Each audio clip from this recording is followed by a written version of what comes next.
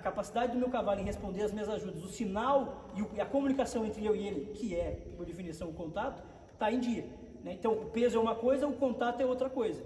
Eu posso ter muito peso sem contato nenhum e eu posso ter muito contato com muito pouco apoio.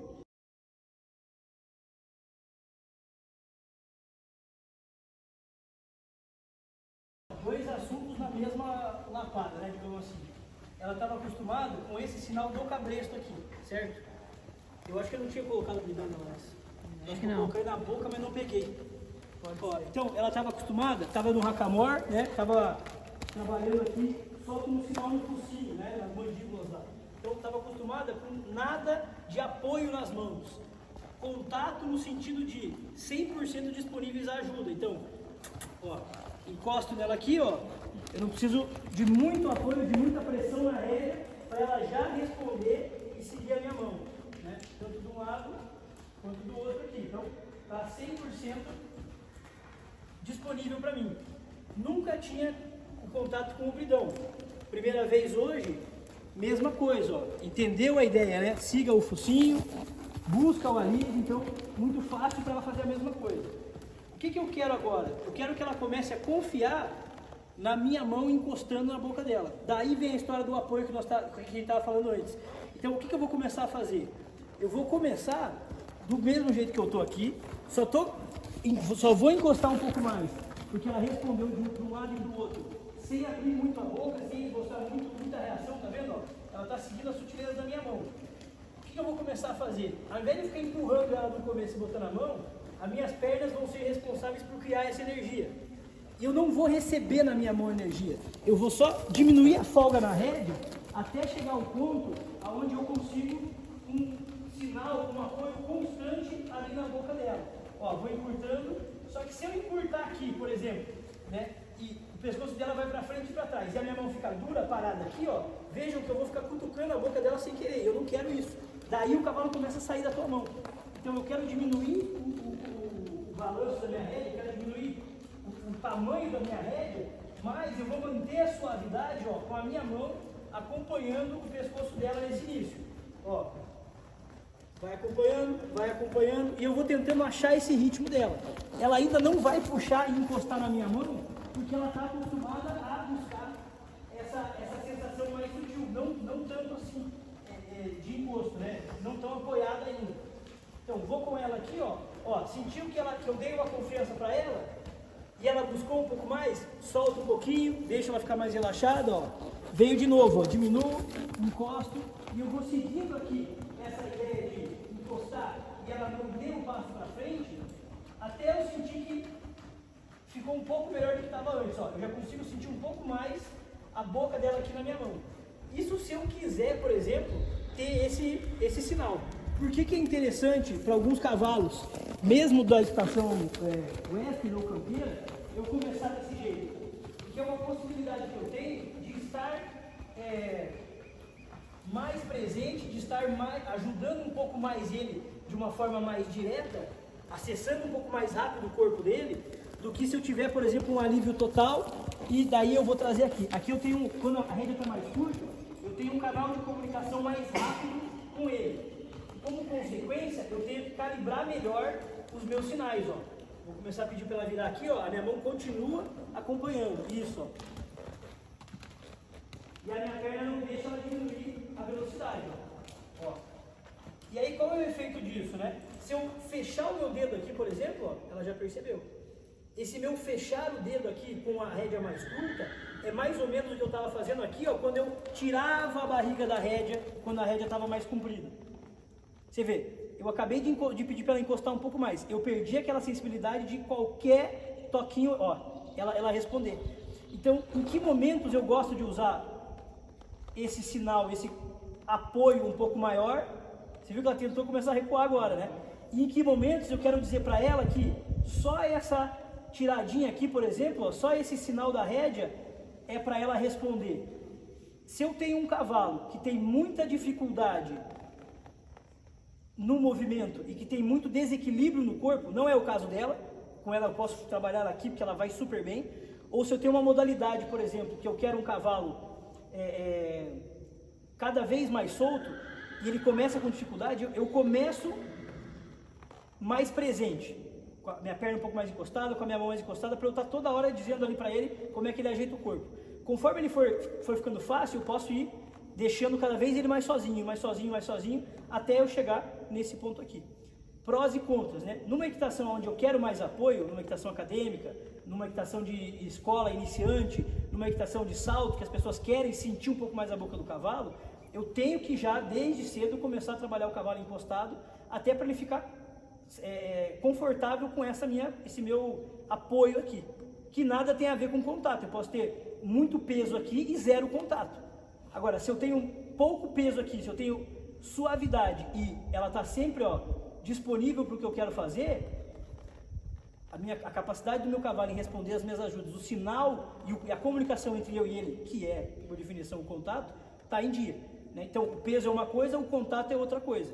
Eu posso ter muito peso sem contato nenhum e eu posso ter muito contato com muito pouco apoio. A gente escuta falar de professores de equitação, contato, confiança. Não tem nada a ver. Não tem nada a ver, porque depende, né? Aí cada um tem o seu conceito de contato. Esse que é o embrólio do negócio. Eu gosto de definir o que eu entendo como contato para que as pessoas possam dizer assim, ele está falando exatamente disso, da comunicação. E eu não acho que contato tem a ver só com rédea. Para mim o contato tem a ver com a capacidade de resposta às ajudas como um todo. É eu mudar o assento, é eu fechar o dedo, é eu olhar para um lado e ela está sempre disponível à minha comunicação. O apoio, sim, eu já tem a ver com a rédea, né? Eu quero ela mais apoiada na minha rédea, ou, por exemplo, sei lá, geralmente usam para rédea, eu quero mais apoiada na minha perna, com mais contato no sentido físico agora, né? Não o contato de definição da escola de equitação, mas eu quero mais encostado, por exemplo, por isso que eu acho que apoio tem mais a ver. Ela está apoiada na minha mão, ela está encostada na minha perna. Eu gosto de um cavalo que esteja sempre o mais sutil possível. O fato é, mesmo que você não queira tanto apoio, ou que a sua modalidade ou que a sua preferência seja de mais apoio, a rédea sentindo mais a boca do cavalo, ou não sentindo tanto, e ele seguindo mais a sensação de movimento da rédea, ou do teu corpo, do que for, você não consegue um cavalo refinado, relaxado, com impulsão, com reunião, com toda aquela base boa e disponível para você, com corpo e mente, digamos assim, se não tiver leve, com contato suave ou com apoio suave. Se ele está pesado, muito provavelmente você não vai conseguir perceber se aquela dificuldade que ele tem, ela é física, se ela é mental, se ele está com medo. E aí quando ele faz muito bem, ele está uma pedra na tua mão. Quando ele faz mal, ele está mais pesado ainda. Então é sempre uma briga de força com força.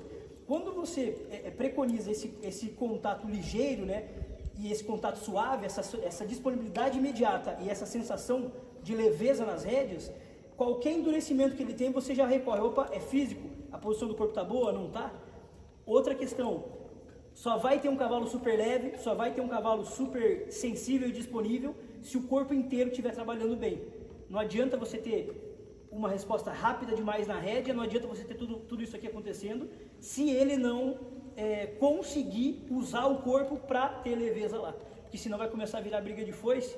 E mais do que isso, ele vai começar a sentir dor, ele vai começar a não conseguir fazer movimentos de acordo com o grau de dificuldade que você quiser, e aí a coisa não anda. E isso você busca de todas as escolas que são um pouco? Todas. Alguém tem... A base maior dessa história da suavidade é dos californianos, né? Do uso do Hackamore, dos Bucarus. Tanto é que, por exemplo, a gente tem algumas ideias na equitação acadêmica de você encostar ou erguer, por exemplo, para ele voltar, posicionar e voltar aqui. Algumas escolas, principalmente, por exemplo, a Doma Vaqueira, recua o cavalo com as pernas mais adiantadas para erguer a espada e ele voltar, por exemplo. A escola dos califórnios já não usa tanto contato aqui, mas ele vai conectar com as patas de trás. Então eu digo para ela que essa rédea significa mova esse pé direito, ó. Eu vou criando esse movimento aqui. Aí, essa outra significa, mova o pé esquerdo. E daí, daqui a pouquinho, ó, eu já tenho um cavalo que começa a responder a partir da garupa. Ó, é garupa para cá, pronto, puxou. Mais uma vez, eu vou encostar, ótimo, puxou. E aí essa sensação aqui da rédea vai ficando cada vez mais sutil. Eu não quero, por exemplo, aqui com ela, vou terminar com ela sem encostar tanto. Foi só um exemplo, eu quero deixar ela mais assim mesmo. Ó, eu encosto aqui, ó, e aciono a garupa. Não quero que ela vá para lá, então eu ajudo ela aqui. É só movimento de garupa, ó. Tira o peso da rédea. Melhor, tenho uma intenção de voltar. Tira o peso da rédea. Aí, vou virar de frente para vocês. Ó. Tira o peso da rédea. Aí. Tira o peso da rédea. Aí. Tira o peso da rédea. Aí. Ainda não está legal do jeito que eu quero, mas lógico, é um processo, né? Ó, começou a pensar, vou acionar a garupa. Aí. Quando é que eu vou terminar? Quando eu encostar mais sutil. Isso. Quando eu tirar o peso da rédea aqui, aí. E ela recua para mim. Então, eu posso criar os dois momentos, eu posso criar as duas situações. Depende do que eu quero. Se eu sinto que ela está com muita dificuldade de organizar o corpo, por que eu vou ficar tendo todo esse caminho para chegar, se eu posso trabalhar com mais precisão, com a minha rédea um pouco mais justa, com menos folga? Agora, se ela já trabalha super bem, ou se eu quero relaxar o meu cavalo no final do treino, ou trazer um exercício de concentração com ele mais solto, eu posso deixar ele solto aqui, ó, e de repente eu só tiro a folga da rédea, por exemplo, para ela prestar atenção em mim, ou virar para um lado, ou virar para o outro. Então, por isso de estudar várias escolas, por isso de você ter esse leque de o que eu posso usar nesse momento para esse cara aqui ter a melhor experiência de aprendizado. Trazendo para... Eu fico te perguntando isso, porque a gente recebeu o Pedro aqui, que ele está indo para a terceira sessão no ano. Eu acho que é a 9ª sessão dele aqui com a gente. A primeira e a segunda ele não montou. E ele treme para subir no cavalo. Cada vez esse tremor veio diminuindo, até que agora ele demonstra prazer de estar e a gente já consegue fazer um atendimento sem o auxiliar e guia do lado. Isso graças à confiança que você nos deu e a saber interpretar os sinais que esse cavalo está dando. O Pedro experimenta dessas escolas todas que você aplicou lá no treinamento daquele cavalo. Só é possível por isso. No meu entendimento, hoje eu dei aula para ele aqui dentro. Só acontece, só causa a boa sensação porque a gente consegue, ainda minimamente, mas aplicar os sinais que você nos ensinou. Eu não sei se são sinais que chamam ou combinados, mas o cavalo está leve, ele está disponível, ele está confiante, ele está, eu não sei se é apoiado ou não, porque a gente está do chão e usando o cabresto, mas a palavra confiança vem disso. Eu confio no cavalo, o cavalo em mim, o Pedro em nós dois, eu e o Pedro no cavalo, eu e o cavalo no Pedro, e aí a gente provoca a boa experiência. Eu acho fantástico saber que o Pedro experimenta do exercício do Bucaru. Sim. Ou Sim. da alta escola. Que seja através do cavalo, através de vocês, Isso, através de isso, alguma coisa. isso. E eu acho que isso é o mais importante no final das contas, porque assim, se a gente deixar o nosso ego falar mais alto, eu, Vinícius, eu sou apaixonado por essa história dos Bucarus, sou apaixonado pela Doma Vaqueira dos Espanhóis, sou apaixonado por meditação acadêmica. Então assim, é muito fácil escolher um formato, um personagem, e eu falo assim, eu só quero ser isso e vou ficar pregando que só isso que vale a pena. Só que daí quando a gente tem um objetivo maior, que é trazer para a vida desses caras alguma coisa que vá fazer sentido mesmo e que vá trazer experiências boas de aprendizado, trazer para a vida dos alunos, trazer para a vida do pessoal que vem ter esse atendimento das necessidades especiais, de tudo que é lugar possível, você começa a perceber que cada lugar pode contribuir com alguma coisa, cada escola pode contribuir com alguma coisa. E quanto mais engessado a gente está no método, e eu não estou dizendo assim que o cara não vai estudar nenhum, estude a fundo todos eles, comece por algum e depois você vai comparando. Mas a gente não pode ficar iludido porque os contextos são diferentes. Olha o tanto de coisa que a gente faz aqui dentro, por exemplo, que não é a realidade do Bucaru, não é a realidade do cara da equitação acadêmica, não é a realidade do esportista, mas é a nossa realidade, é a mistura de um monte de coisa. Lusitano com quarto de milha, bretão com lusitano, BH, cavalo importado, cavalo árabe, manga larga machador, manga larga paulista, tem um mundo de coisa ali.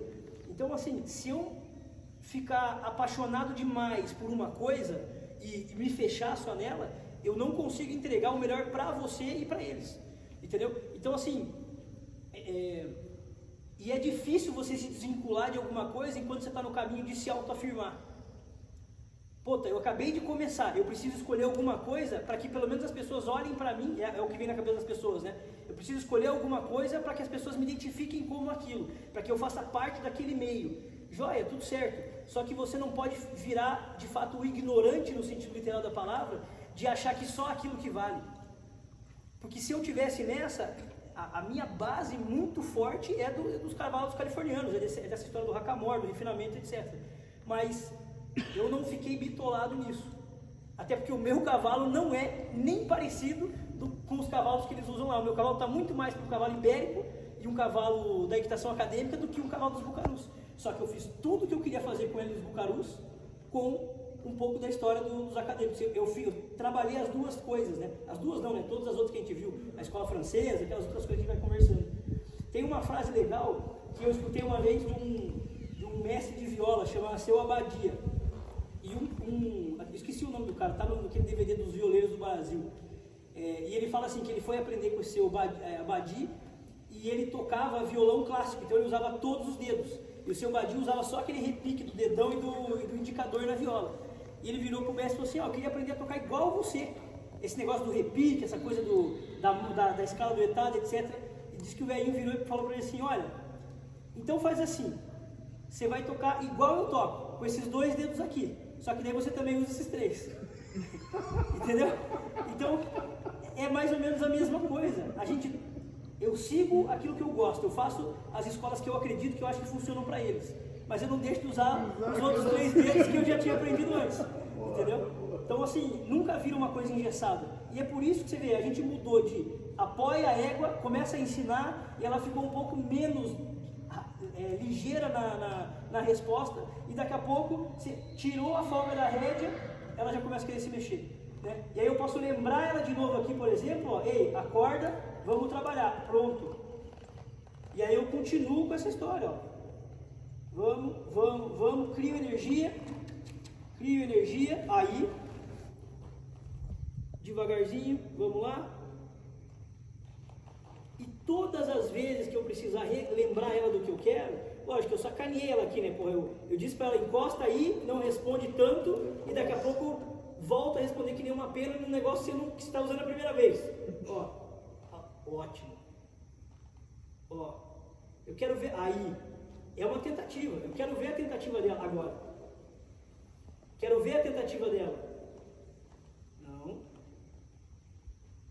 Ó, vejam que nessa ideia, nesse modelo, eu não estou forçando ela a voltar. Eu estou dando um sinal para ela e quero que ela leia o meu sinal e me entregue esse movimento. Ó.